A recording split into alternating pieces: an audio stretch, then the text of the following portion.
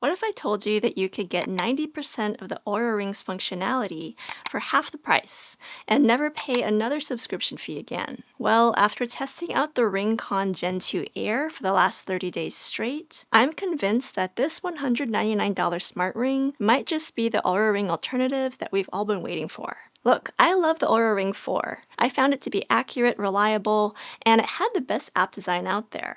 But here's the thing that drives me absolutely crazy. They charge you a monthly subscription fee just to access your own data. It's like buying a car and then having to pay extra every month just to be able to use the speedometer. So I went hunting for an alternative. I had already tried the Ultra Human, and it's not a contender in my book. Watch my previous video if you really want to know why. But this little ring here not only has better battery life than the Oura, but it's also lighter, more affordable, and completely subscription-free. But it's definitely not perfect. So in this video, I'm going to tell you exactly what you need to know before you buy one. By the way, I bought both the Oura Ring and the RingConn with my own money. This is not sponsored by anyone. I'm just genuinely curious, trying to figure out if smart rings can replace my beloved Garmin watch. So if this video helps you out in any way, I would appreciate it if you use my affiliate links below to help support the channel. So before we jump into this RingConn Gen 2 Air review, let me quickly explain what smart rings do, especially if you're brand new to wearable tech beyond your phone. These devices are basically sleep trackers and activity monitors that you wear on your finger instead of your wrist.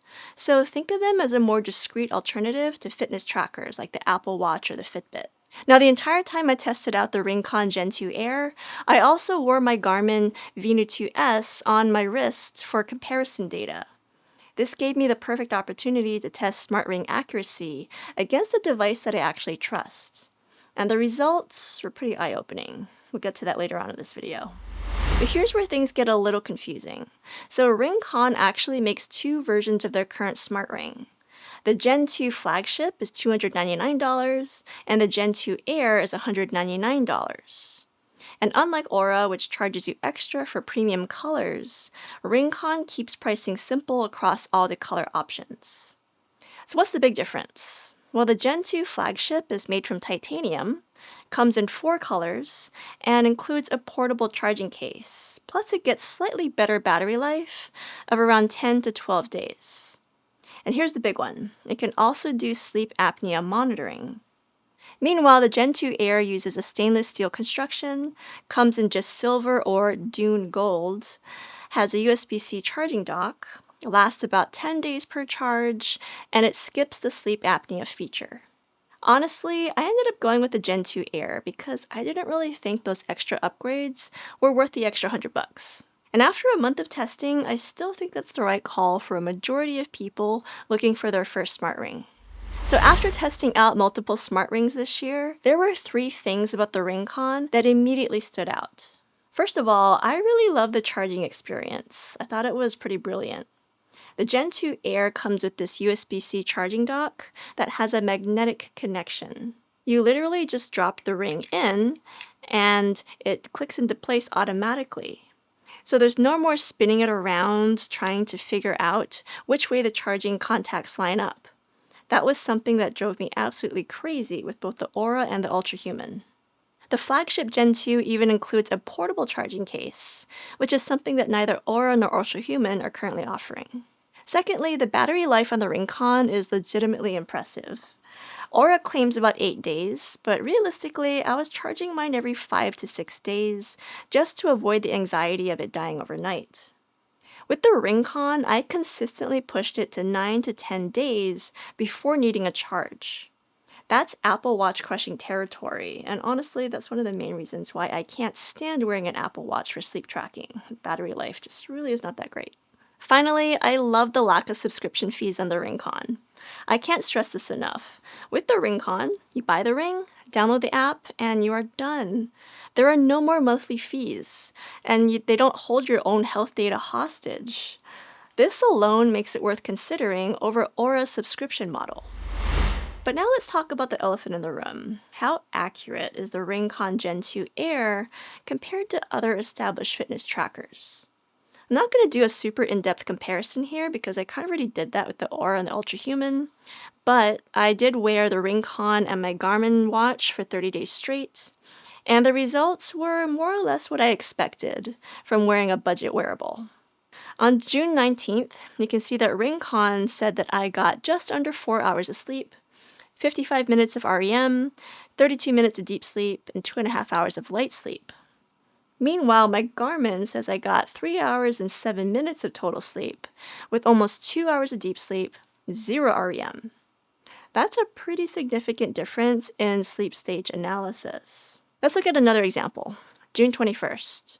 RingCon says 8 hours, 18 minutes total, with 2 hours and 8 minutes of deep sleep, 40 minutes of REM, and 5.5 hours of light sleep, while Garmin says total of 8 hours, 53 minutes, with 2.5 hours of deep sleep, 1 hour, 19 minutes of REM, and 5 hours of light sleep.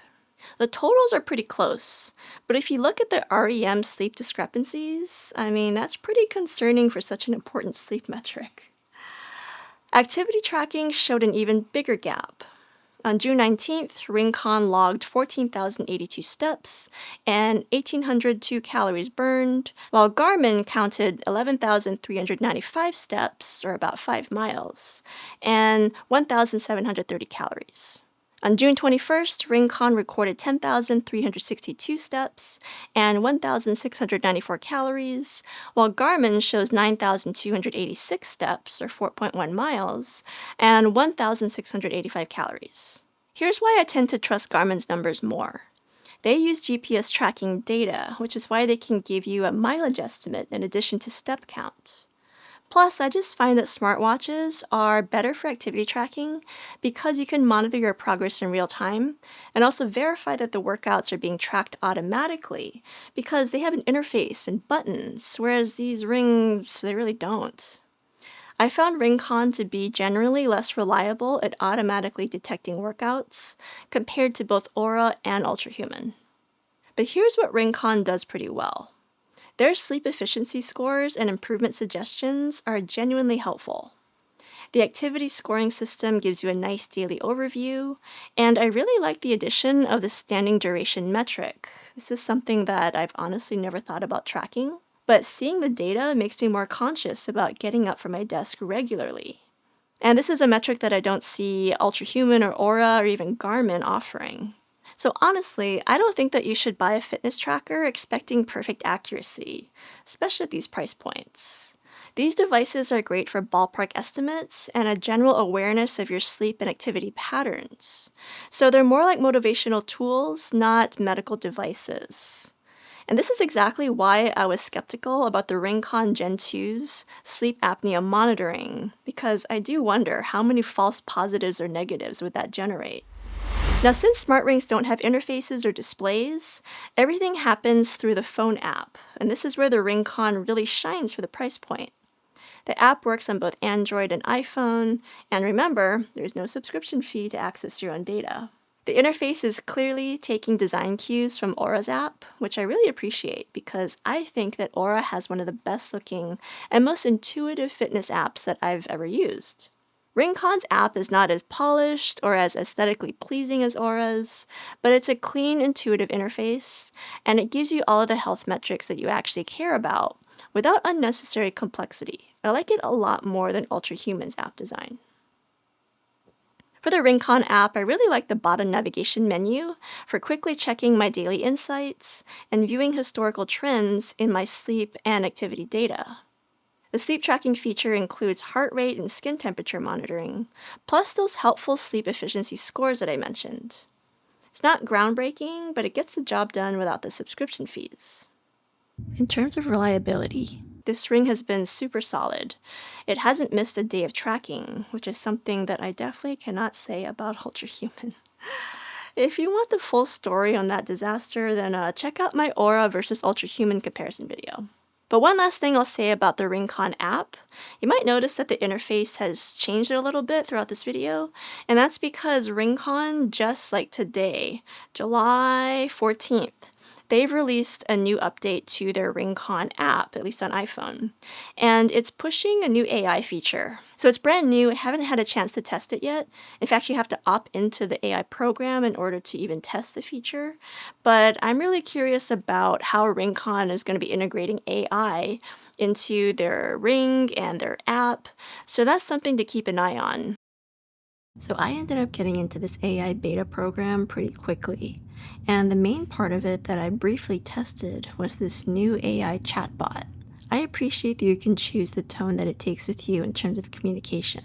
And then it asks you if you have any health-related goals, and based on your response, it gives you some prompt ideas. The advice can be a little generic at times, but I asked it some pretty specific questions to see how it would respond. It seems like a pretty good start, but I would definitely need a little more time with it to see if it's actually useful compared to using something like ChatGPT or Google Gemini. Anyway, until now, I've had a largely positive experience with the RingCon. But there are a couple of things that genuinely annoyed me during testing. First up, the Dune Gold color is straight up false advertising. When I unboxed this ring, I expected something that looked gold. Instead, it's more of a copper color, maybe a rose gold if I'm being generous. But this really bothered me because when I order gold, I expect a yellow hue. So if you want actual gold coloring, you apparently need to pay extra and get the Gen 2 flagship because currently it does not exist on the Gen 2 Air version. Also, comfort was a real issue for me. But to be fair, all smart rings take some getting used to because they're significantly thicker than most regular rings because they have sensors and technology built in. In my previous smart ring testing, I found that despite brands recommending the ring be worn on the index finger, my ring finger was actually most comfortable for daily wear. But I think it might be the RingCon's boxy design, but it started to make my fingers hurt after a few days of wearing it. It might be that boxy design and that angular shape compared to the smoother, more circular designs of both the Oura and the Ultra Human rings, which did not give me any pain in my fingers when I was wearing them. So ultimately, I had planned to wear this on my ring finger on my right hand, and I could still feel it, like my pinky. It just really hurts when I'm wearing it like that. But I ended up having to switch it over and wear it on the ring finger of my left hand, and there I don't get the same pain. So maybe it's just my hands. I don't know. But this is something I didn't experience when I was testing out other smart rings. So after a full month of testing, here's my honest recommendation. If you want the absolute best smart ring experience that money can buy, then I think that Oura still takes the crown. Their ring is more comfortable, the app is more polished, and the accuracy seems slightly better across the board. But, and this is a huge but, I don't think that Oura justifies the extra costs, especially with that monthly subscription fee holding your own health data hostage. The RingCon Gen 2 Air delivers 90% of the Oura experience for half the price, with zero ongoing fees.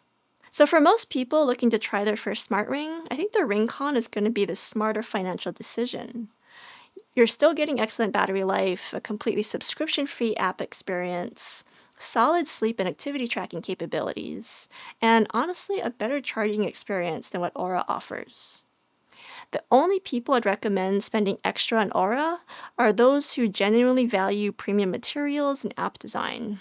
But honestly, most of you all should save your money, get the RingCon, the Gen 2 Air, or the Gen 2, and spend that difference on something that'll actually improve your health, like new workout clothes or supplements. But anyway, you guys tell me what you think. Are you Team Oura, or are you Team RingCon, Ultra Human?